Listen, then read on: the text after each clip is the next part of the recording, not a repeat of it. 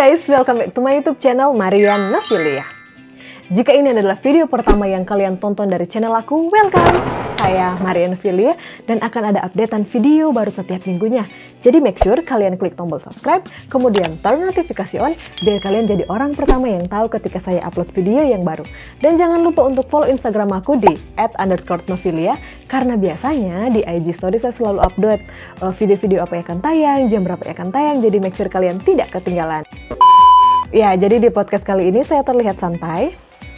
Nggak yang rapi-rapi banget, pakai snelly, karena kali ini kita mau ngobrol santai dengan seorang dokter cantik yang ada di Denmark.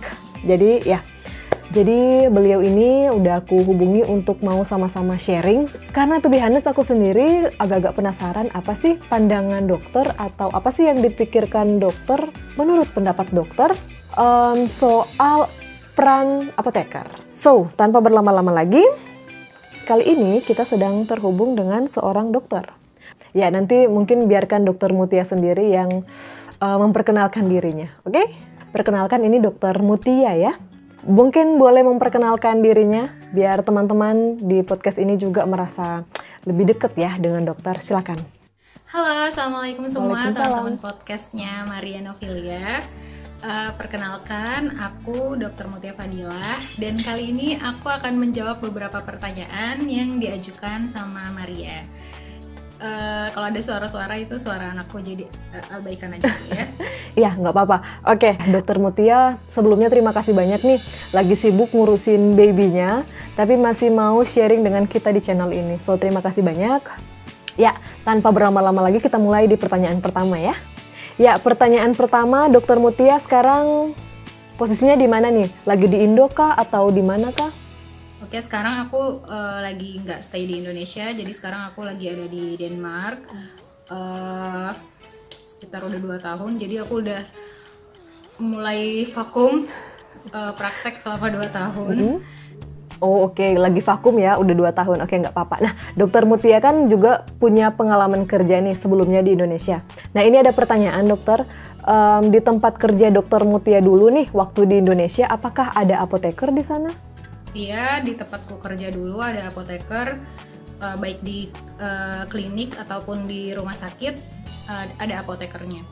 Oke, ada ya dokter ya, oke. Karena agak-agak aneh kalau misalnya rumah sakit nggak ada apoteker ya. Oke baik, Dokter Mutia, menurut dokter apa peran atau tugas apoteker? Pendapat pribadi juga nggak apa-apa, silakan. Aku sebenarnya juga kurang tahu definisi apoteker sendiri, tapi dalam pelaksanaannya di tempat praktek aku ngerasa apoteker itu bertugas untuk mendistribusikan obat kepada pasien dan meracik obat yang sudah diresepkan oleh dokter. Dan apoteker sendiri juga berfungsi dan memiliki tugas untuk memastikan bahwa kegunaan obat tersebut serta efektivitasnya itu tersampaikan ke pasien, jadi dapat digunakan dengan baik dan efektif si obatnya. Wow, efektif ya. Wah, terima kasih banyak nih. Wow, seru ya teman-teman. Oke, dokter, ini ada pertanyaan pamungkas, pertanyaan favorit. Dokter boleh nggak kasih salah satu contoh nih hubungan kerjasama antara dokter dan apoteker agar tercapainya keselamatan pasien? Ini nomor 4, pertanyaan paling penting menurut aku, karena tentunya sebagai tenaga medis keselamatan pasien itu nomor 1. Paling penting itu kerjasamanya itu nggak boleh ada miskom, itu paling penting. Itu kenapa makanya kalau kita di puskesmas, di rumah sakit ataupun di klinik pasti sering banget yang namanya dokter itu ditelepon sama apoteker atau bahkan dokternya yang nelfon si apotekernya. Jadi yang paling penting kerjasamanya itu harus komunikasi yang baik, itu paling penting. Dan menurutku itu juga paling penting tulisan resep. Tulisan resep itu nggak terbaca, karena itu ketika nanti si apoteker meracik obat, kalau itu sampai nggak terbaca dan sampai salah, itu menurut saya itu fatal. Jadi saya sendiri sebagai dokter bukan mengeluh-elukan tulisan dokter yang dijelek-jelekin atau emang yang nggak terbaca. Saya sendiri juga kurang suka sama tulisan resep yang berantakan dan nggak terbaca, karena kalau sampai salah obat itu fatal menurut saya. Ya, bener banget ya.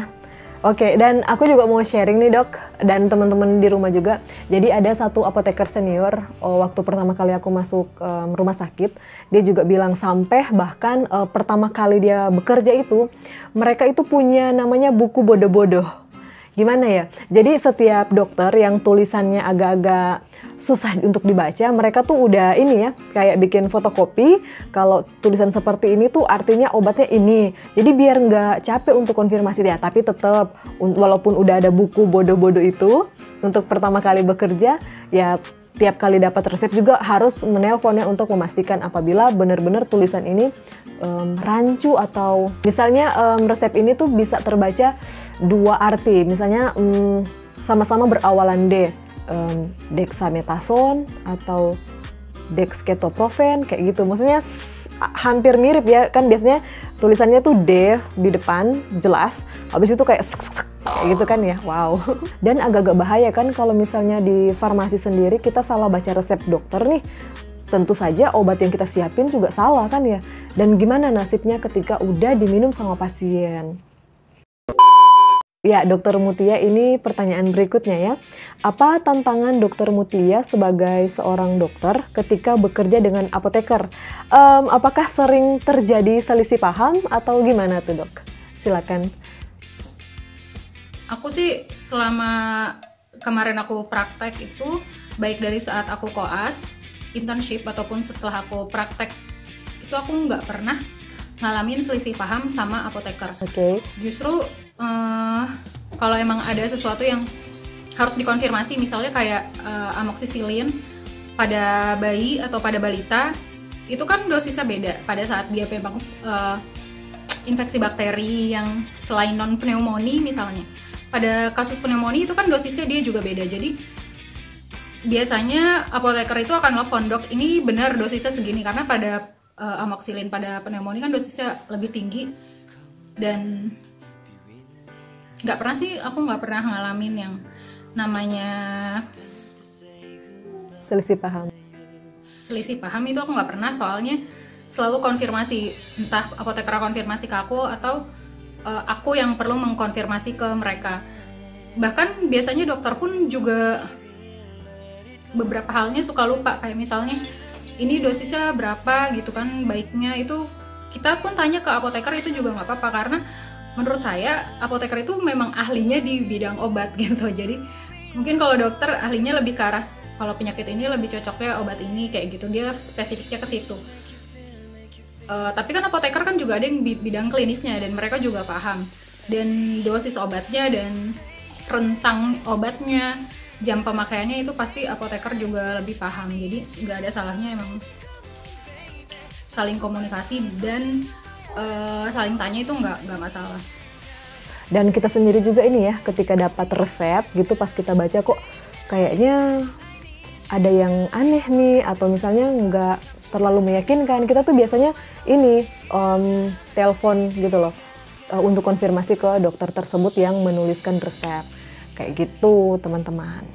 Karena pernah ada kejadian waktu itu, ini pasien mau pulang nih, terus diresepkan sama dokternya kan, ini enggak sih, ini lebih ke jumlah obat gitu loh. Oh ini karena pakai sistem, jadi tulisnya itu cuma 10, tapi mungkin pas diketik ini double nolnya, jadi kan 100 tuh, kok mau pulang 100, banyak banget gitu loh. Jadi pas kita konfirmasi dibilang sama dokternya, oh iya salah ini, salah pencet, jadi niat hatinya itu 10, jadinya 100 kayak gitu. Jadi perlu banget untuk komunikasi kayak gitu.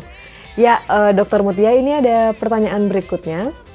Apoteker di negara di sana, gimana sepengetahuan Dokter Mutia? Apakah ada perbedaan dengan Indonesia atau seperti apa? Boleh di-sharing mungkin dengan teman-teman di rumah, silakan. Kalau di sini bahkan klinik-klinik itu bukan dijagain sama tukang obat. Kalau di Indonesia kan toko obat itu masih dijagain sama tukang obat ya. Ada beberapa apotik yang dijagain sama tukang obat. Kalau di sini semua apotik itu ada apotekernya. Dan apotik-apotik yang rujukan klinik pemerintahnya itu semuanya yang kerja apoteker. Dari mulai kasirnya itu semuanya mereka paham. dan orang-orang dalamnya, dan menurut saya profesional banget apoteker di Denmark ini. Dan kalau misalnya si dokter ngasih resep A dengan dosis A, terus si pasien nanya ke apotek, terus si apotekernya bilang dengan dosisnya beda gitu sama yang dikasih tahu dokternya. Dan biasanya kalau pasien nanya itu ke apotekernya, dan mereka bakal kasih tahu, oh ini emang rentangnya masih segitu, jadi nggak apa-apa. Jadi kalau misalnya kita nanya masalah obat ke yang jagain apotek, itu nggak pernah jadi masalah, karena mereka pasti akan menjelaskan, karena si petugasnya itu emang apoteker. Wow, keren ya. Oke, itu agak-agak berbeda sih dengan Indonesia. Kalau di Indonesia dosis tuh harus sama. Walaupun ya misalnya yang dimaksud sama dokter tuh brand A, tapi di apotek di mana si pasien beli ini brand A nggak ada, dan hanya ada brand B, tapi kandungannya sama atau senyawanya sama, dan juga dosisnya sama, itu baru boleh ya. Gitu ya, tiap negara beda-beda ya rules atau aturannya. Oke, baiklah. Nah, terakhir nih, pesan dari Dokter Mutia untuk para adik-adik di luar sana yang ingin bergabung di dunia kesehatan itu gimana? Mungkin ada pesan-pesan dari Dokter Mutia, silakan. Pesan aku, satu, yang penting harus suka dulu, harus suka, dan nggak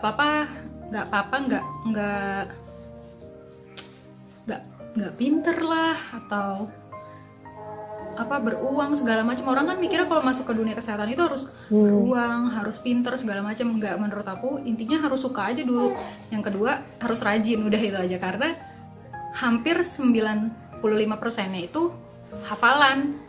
Dan hafalan itu nggak bisa yang kita ngafal terus, karena itu kalau ngafal terus pasti bakal lupa. Jadi emang harus rajin baca, intinya kayak gitu, harus rajin baca dan ngulang bacaan itu aja. Dan yang paling penting ketika udah jadi tenaga kesehatan itu jangan berharap duit, karena kalau mau banyak duit ya jadi pengusaha, bukan jadi tenaga medis. Gitu aja pesanku.